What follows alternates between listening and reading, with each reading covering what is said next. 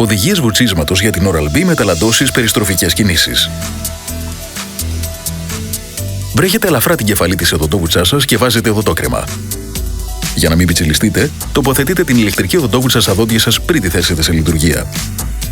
Κινείτε την οδοντόβουτσα αργά κατά μήκος της γράμμης των ούλων, αφιερώνοντας μερικά δευτερόλεπτα σε κάθε δόντι. Βουτσίζετε τα δόντια σας αλλά και τα ούλα σας. Αρχικά εξωτερικά. Δώστε κλίση στην κεφαλή της οδοντόβουτσας ώστε οι τρίχες της να μπορούν να φτάσουν και στις περιοχές μεταξύ των δοντιών.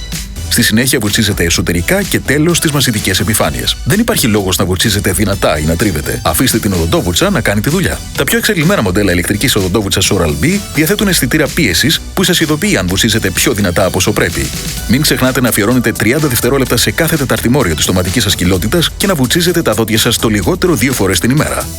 Για καλύτερα αποτελέσματα, οι οδοντίατροι συστήνουν να αλλάζετε την κεφαλή της ηλεκτρικής οδοντόβουτσάς σας κάθε 3 μήνες. Oral-B, νούμερο 1 μάρκα ηλεκτρικής οδοντόβουτσας που χρησιμοποιούν οι οδοντίατροι παγκοσμίως.